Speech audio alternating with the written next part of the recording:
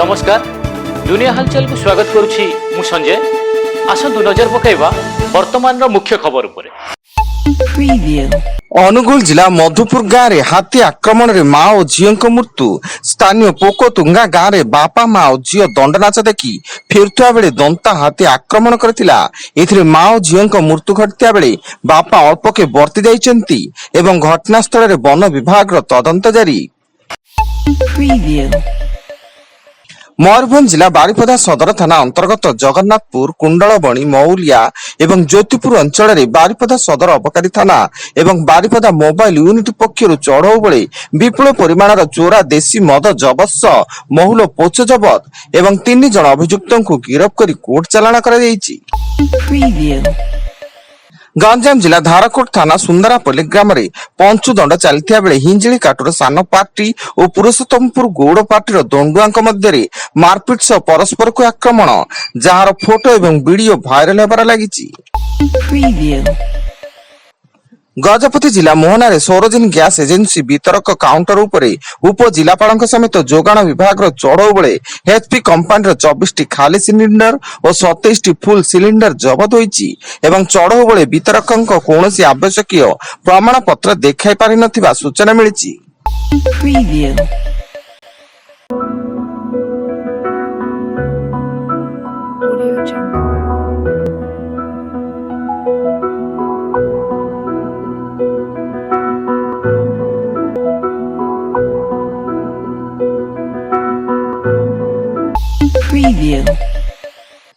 राज्य में काल बैशाखी प्रभाव कमिवा सह आसंता 12 रु 14 तारिख जाए विभिन्न स्थान में असह्य गरम गुड़गुड़ी अनुभव हेबो। केतक स्थान में तापमात्रा 40 डिग्री छुईब एने पूर्वानुमान करिछि आंचलिक पाणीपाग केन्द्र।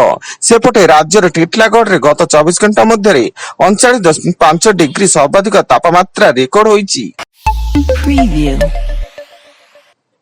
दुर्नीति अभियोग रे भुवनेश्वर मोहिती विहार स्थित शक्ति विभाग ईआईसी कार्यालय में विजिलेंस अधिकारी पहुंचले उप मुख्यमंत्री कनक वर्धन सिंह देव एवं ऑफिस रे कौन कर्मचारी को न पाइबारु कार्यानुष्ठान लगी निर्देश देइचंती उप मुख्यमंत्री। नवरंगपुर जिला उमरकोट ब्लॉक कृषि गांव उपरपारा पोखरी बुड़ी 3 नाबालिका मृत्यु।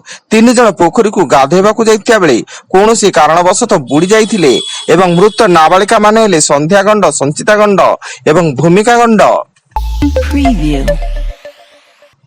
बालेश्वर जिले में 15 जन दादन श्रमिकों को बस जोगे आंध्र प्रदेश चालाण बेले उद्धार कले ग्रामवासी। उक्त बस टी 5 जन नाबालक समेत 15 जन श्रमिकों को नहीं आंध्र प्रदेश जाउथला। खबर पाई पुलिस चालाण हेउतबा बस को जबत करबा सह चालाण रे संपृक्त थिबा दलाल को अटक रखिछि।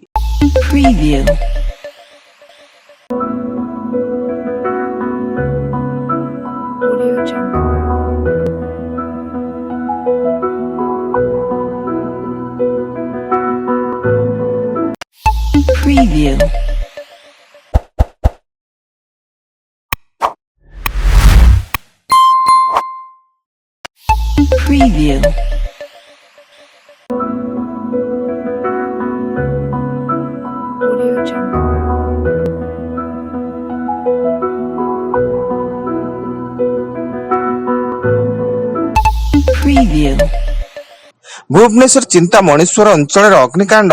ये अग्निकांड डुप्लेक्स तले थिबा ग्यारेज रे पार्किंग थिबा 4टी बाइक पोड़ी पाउंस हो जाइथिया बेले शॉर्ट सर्किट रु निया लागिथिबा अनुमान करा जाउछि। आज राज्य कैबिनेट बैठक अनुष्ठित हेबो। लोकसेवा भवन रे मुख्यमंत्री मोहन चरण माझी अध्यक्षता हेबाकु थिबा बैठक रे भित्तिभूमि पानीय जल संपर्कित किछि गुरुत्वपूर्ण प्रस्ताव उपरे लागि पारे मोर एवं चलित आईपीएल 15तम लीग मैच रे केकेआर को हरैला लखनऊ। केकेआर प्रथमे बैटिंग करी 20 ओवर रे 4 विकेट हराई 181 रन करथिया बेले लखनऊ 181 रन रो पिछा करी निर्धारित 20 ओवर रे 7 विकेट हराई 182 रन हासिल करिछि।